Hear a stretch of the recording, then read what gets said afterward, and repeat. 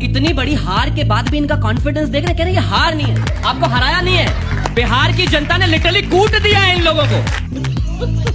आपको ट्रैप में मेरा क्वेश्चन कांग्रेस के लिए है कि आप लोग हमेशा वोट चोरी की बात करते हैं, बीजेपी अब बहुमत ला रही है तो वो वोट चोरी है। आपके समय पर जब इंदिरा गांधी की बहुमत थी वो वोट चोरी नहीं थी। मैं कांग्रेस से ये पूछना चाहूंगा कि आपको लगता है तेजस्वी यादव को सीएम फेस घोषित करना हमारे लिए एक भूल थी? ये क्या हो तुम कौन सा झंडा गाड़ती हो जो आसमान में लहरा रहा है? हम तो गाड़े हैं और लहराए भी हैं। कहाँ? हमको तो कहीं दिखाई नहीं दे रहा। तो आपको नौकरी आज चाहिए, 2047 में चाहिए। सर मैं आपसे बोलता हूँ कि मेरे को नौकरी आज चाहिए। मोदी जी के पास उसका रोड मैप है, आपके पास उसका रोड मैप है क्या? अगर है तो आप मुझे बताएं, क्योंकि मेरा सवाल महागठबंधन से है कि आप लोग ये कह रहे हैं कि यहाँ जो बीजेपी के लोगों ने एनडीए को जिताया है वो अपीज होके जिताया, क्या वहाँ की लोगों को, वोटर्स को लालची कह रहे हो? दोस्तों, बिहार में एनडीए की धमाकेदार जीत के बाद जिस तरह विपक्ष के गटर स्टाइल बयानवीर सामने आए हैं वो तो आपने देख ही लिया होगा। हार मानने का तो जैसे टैक्स लगता हो। आज डिबेट में कांग्रेस प्रवक्ता दीपक झा फिर आए अपनी वही थाली बजाओ एक्सपर्टीज लेकर, लेकिन इस बार बीजेपी प्रवक्ता और छात्रों ने मिलकर उन्हें ऐसी तगड़ी लाइव क्लास दे दी कि बंदे की बोलती ही बंद। पूरी वीडियो देखिए, मजा गारंटी। और अगर वीडियो पसंद आए तो लाइक ठोको, शेयर करो और चैनल को सब्सक्राइब करना मत भूलना। चलिए वीडियो शुरू करते हैं। पिक्चर चालू करो बे। आप किसी प्रोसेस में विश्वास ही नहीं करते हैं। आप कहेंगे मौत का सौदागर, नेगेटिविटी, आप चुनाव हार जाएंगे। आप कहेंगे चौकीदार चोर है, नेगेटिविटी, आप चुनाव हार जाएंगे। आप कहेंगे वोट चोर, गद्दी चोर, छोड़, नेगेटिविटी, चुनाव हार जाएंगे। और चुनाव आयोग गलत है, ईवीएम गलत है, देश की संस्थाएं गलत है, आपसे कोई सवाल पूछ ले तो वो जर्नलिस्ट गलत है।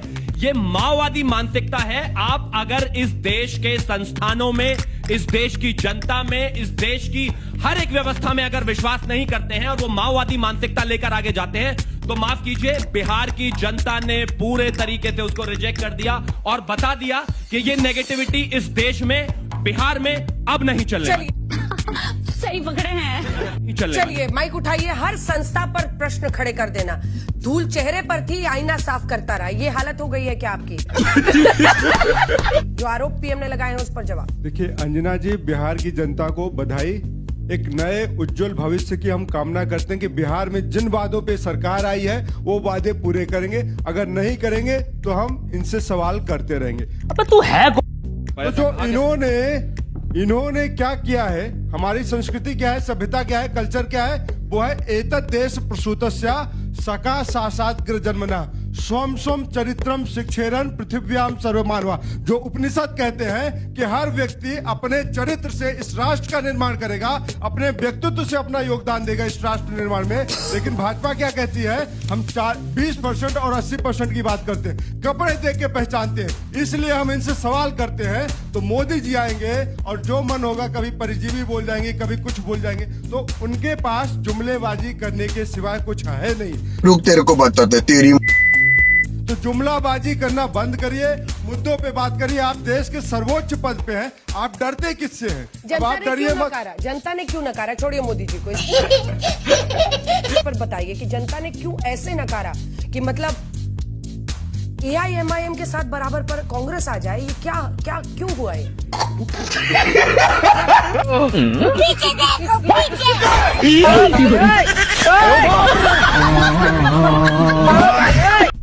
देखिए, इसको नकारना नहीं बोलते हैं। क्या बोला तूने?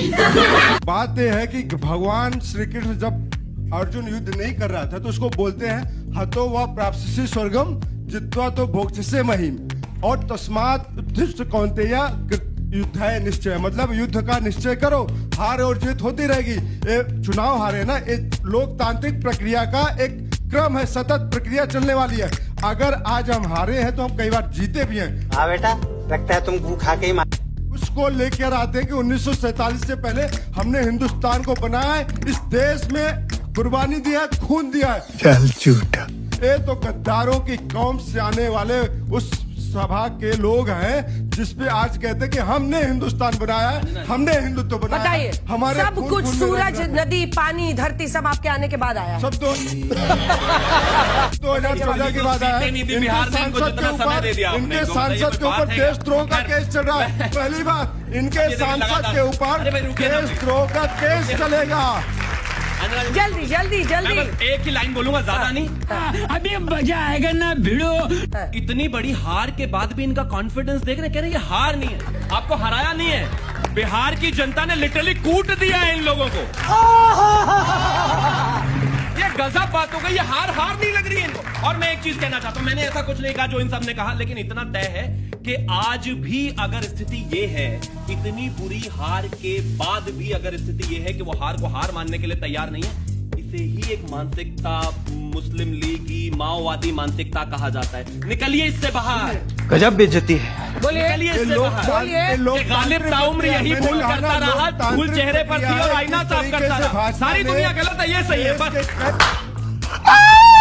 ऐसे व्यक्ति को तो जूता मार के हटा देना चाहिए। कई कोनों से देखिए, देश के कई कोनों से इन्होंने ट्रेन चलाई और राकेश सिन्हा इनके सांसद थे, तो दिल्ली में 6 महीने पहले वोट देते हैं और 6 महीने बाद जाके बिहार में भी वोट डालते हैं। एक इनके सांसद दोनों उंगलियों में स्याही लगा के आते हैं, कहते हैं ह्यूमन एरर है। ये पागल हो गया। जवाब दीजिए, ह्यूमन जल्दी एरर हो जवाब जाता दीजिए, है जल्दी भाई। दीजिए। क्या मेरे पास देखिए, इसका एक एक मिनट, इलाज है। इस देश का संविधान ऐसा अलाउ करता है कि आप 6-6 महीने में अपना वोट हम आपको करके पूरा टाइम देते रहेंगे, आप बदलते सीट रहिए। कितना भी लाएं, ये वादा है मेरा आपसे। अंजना जी आप आपका जल्दी से, शुक्रिया। छोटा रिपोर्ट, मीडिया इसीलिए छोटा अपने रिपोर्ट। इस तरह के लिए माना जाता है। अंजना जी, आपने एक फिल्म आई थी 1996 में जुदाई, वो देखी है क्या? नहीं, देखी? मैंने आप नहीं लोगों ने देखी है? भाजपा उसमें- वाले फिल्म अभी दिखाएंगे, बीच में ना बोल। बीच में नहीं, मैं बीच में भाजपा नहीं- वाले आप फिल्म देखिए, दिखाएंगे अंजना जी, इतना फिल्म नाराज क्यों हैं? दिखाएंगे। भाई रुकिए ना जरा। 2047 का 1996 सपना में- दिखा के आज वर्तमान दीपक जी मैं बीच में नहीं नहीं, बोलूं, कोई लाभ नहीं। शिवम त्यागी जी, आप शिवम चुनाव हुआ है, त्यागी आप जी, नए नए एक आए हैं, तो मिनट। रुकिए ना। नहीं, आप जीते हैं अंजना जी, थोड़ी तो मर्यादा रखिए भाई। बोलने हमको मैं ज्यादा सीधा दीजिए। हूं। अच्छा ठीक है, आज लड़ाई नहीं करते, अब नहीं, वोट नहीं लड़ाई नहीं मांगना, करते। मैं बोल लेता हूँ फिर आप बोल लीजिएगा। जल्दी। 1996 में एक फिल्म आई थी जुदाई, उसमें उपासना सिंह और जॉनी लीवर का किरदार था। जॉनी लीवर जाता है उपासना सिंह के पास, कहता है कि आप खाना खाएंगी? वो कहती है अब्बा जब्बा डब्बा। वो कहता है कि आप पानी पिएंगे? कहते हैं अब्बा जब्बा डब्बा। कहते हैं घूमने चले? कहते हैं अब्बा जब्बा डब्बा। इनसे कोई सवाल पूछ लो, चुनाव आयोग। इनसे कोई सवाल पूछो, ईवीएम। इनसे कोई सवाल पूछो, वोट चोरी। मुझे कैसे भी करके निकाल मेरे भाई, मैं फंस गया हूँ यहाँ। अरे चुनाव के समय अगर कोलंबिया चले जाओगे तो हारोगे ही ना। चुनाव के समय अगर जंगल सफारी करोगे तो हारोगे ही ना। अंजना, अगर आप अंजना अपने जी, एग्जाम 10 के समय 10 विदेश सेकंड। घूमने चले जाओगे तो क्या अच्छा, होगा? बाकी हारेंगे लोग ना। यहाँ झाल बजाने यही नहीं आए हैं। डब्बा मोमेंट बाकी है, लोग कुछ झाल भी बजा- चाहिए, बस वोट चोरी। अंजना- ऐसा नहीं है भाई। झुक के रहना पड़ेगा मेरे आगे। इनसे कोई सवाल पूछे, कहते हैं अच्छे दिन आएंगे 2047 में। आज रोजगार आप मांगोगे, बोलेंगे 2047 तक हम एक उन्नत भारत बनाएंगे। तो 2047 का सपना जो है वो झुंझुना है। एक शब्द है हमारे शास्त्रों में, धर्मपरायण, दूसरा है धर्मांध। सत्यप्रकाश। ये लोगों को धर्मांध बनाने की कोशिश कर रहे हैं। मैं ऐसी और भाषा हम का इस्तेमाल नहीं करना चाहता, धर्मपरायण लेकिन वो लोग हैं। झुंझुना राहुल गांधी जी के पास ही है लोग फिलहाल। तो अभी जनता ने थमा दिया उनको कि भाई सॉरी। संविधान के हिसाब से चलने वाले लोग क्या हैं। ही भाषा है ये? वो झुंझुना सिर्फ एक ही नेता के पास है इस समय इस देश में, जहाँ पे सत्यप्रकाश, चुनाव हरा देते। सत्यप्रकाश, क्या बात बोली। महंगाई, ये आरोप काला सही है। धन 2047 मुस्लिम लीग में कम माओवादी होगा। कांग्रेस हो गई है, विभाजन हो जाएगा कांग्रेस में। ये कांग्रेस पार्टी और उनके मुखिया, उनके विपक्ष के नेता राहुल गांधी जी का जो लगातार बयान है वो नकारात्मक है। जब वो कहते हैं कि स्टेट से लड़ेंगे, भारत के स्टेट से लड़ेंगे, जब विदेशों के धरती पर जाकर कहते हैं लोकतंत्र नहीं है भारत में, जबकि हर जगह वो कुछ ना कुछ ऐसा करते रहते हैं जिससे पता चलता है कि लोकतंत्र बहुत मजबूत है। कांग्रेस पार्टी मोदी जी की कब्र खोदने लगती है तो उसमें लोकतंत्र मजबूत दिखता है। राहुल गांधी जी एक रणनीतिक रूप में बीमार हो गई है कांग्रेस। जब जो दवाई समझ में आता है वो खाते रही है, सही पकड़े हैं। लेकिन वैचारिक रूप में कांग्रेस का पतन बहुत तेजी से हुआ। जितना संस्कृत ये दीपक झा जी बताते हैं, राहुल गांधी जी को काहे नहीं समझाते हैं आप?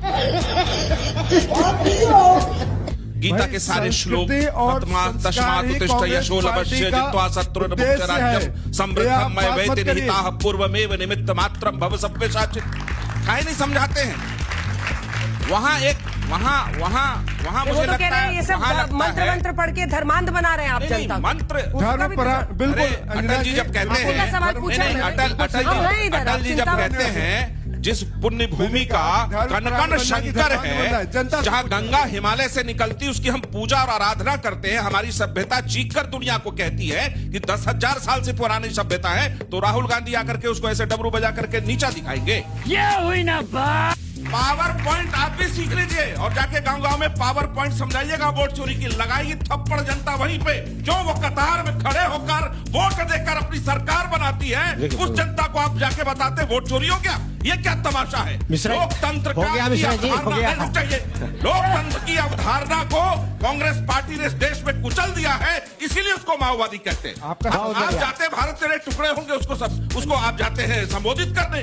बेगैरत, बेशर्म, बेहया, शर्म आना चाहिए, तुमको डूब मरना चाहिए। आखिरी बार राहुल गांधी ने इस देश की मर्म को कब समझा मुझे नहीं मालूम। अब मुझे राहुल गांधी जी की चिंता नहीं है। सवाल ये है कि तेजस्वी, राहुल सब परिवारवादी लोग। अच्छा हो गया, चलिए।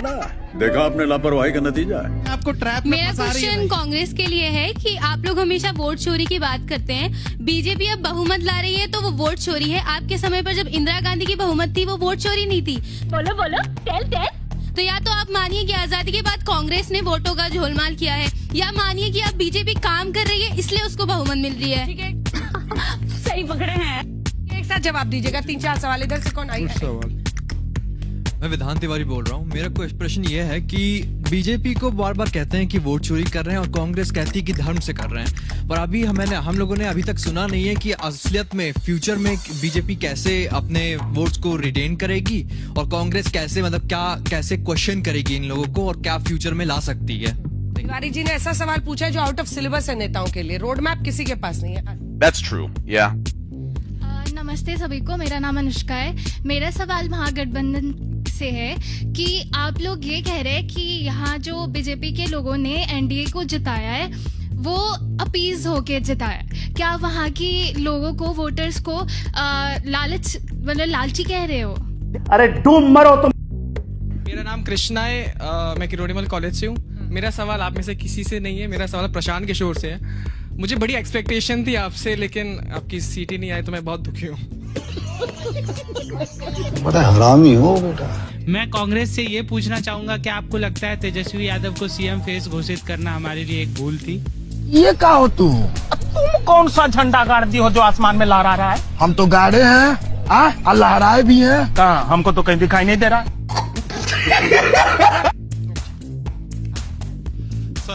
सभी को नमस्कार, मेरा नाम शिखर सिंह है। सर, सबसे पहले तो मैं ये पूछना चाहता हूँ आप सबसे कि आप लोग सैफी की बात करते हैं, आप लोग अपने स्टेट से क्यों नहीं शुरुआत करते? आप ये क्यों नहीं कहते सर मोदी जी हमने अपने स्टेट से शुरुआत कर दी है सैफी की, आप हमारे पीछे चलिए। जल्दी छोटे-छोटे सवाल जल्दी। मेरा सवाल कांग्रेस से कि कांग्रेस अगर विकास की बात करता है कि अभी भी विकास चाहिए तो वो वोट चोरी के टॉपिक पे क्यों जा रहा है?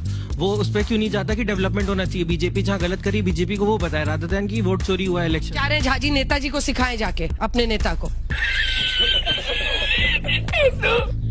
जी नमस्कार, मेरा नाम सक्षम अग्रवाल है। मैं आपसे कांग्रेस के प्रवक्ता से सवाल पूछना चाहता हूं। आप कह रहे थे कि आपको नौकरी आज चाहिए, 2047 में चाहिए। सर, मैं आपसे बोलता हूं कि मेरे को नौकरी आज चाहिए। मोदी जी के पास उसका रोड मैप है, आपके पास उसका रोड मैप है क्या? अगर है तो आप मुझे बताएं, क्योंकि मैं सर ऐसे नौकरी नहीं मिलती है कि 10 लाख की नौकरी देने का हम वादा कर रहे हैं और हम आपको दे देंगे और रिजल्ट जीतने के बाद अब मुकर जाए।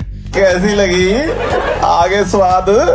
चलिए ठीक है, अब सवालों की शुरुआत करते हैं। मुझे लगता है कि कांग्रेस महागठबंधन आपके लिए एक परसेप्शन की लड़ाई है। आप लोग हमेशा इस बात पर नाराज होते हैं कि सत्ता में ये सवाल हम ही से पूछ रहे हैं। अब ये युवा है, अलग अलग कॉलेजेस के आए हुए हैं, कोई लॉ पढ़ रहा है, कोई एमबीए कर रहा है, कोई बीबीए कर रहा है। ये आज भी आप ही से सवाल पूछ रहे हैं। आपके सत्ता से गए कितने साल हो गए? अंजना जी, इनका भरोसा हमारे साथ है। क्या बोला तूने? ये बहुत बढ़िया बात है। इनका आपने सवाल सुने, इनको उम्मीद है। सब मना करने लगे। सुने, इनको उम्मीद है। सवाल आपके साथ है। सवाल है, भरोसा भी है ना। भरोसा है, बच्चा सवाल इसीलिए है कि भरोसा करना नहीं है। इसका क्या बोलूं मैं इस पे? क्या बोलूं क्या अब मैं इस पे?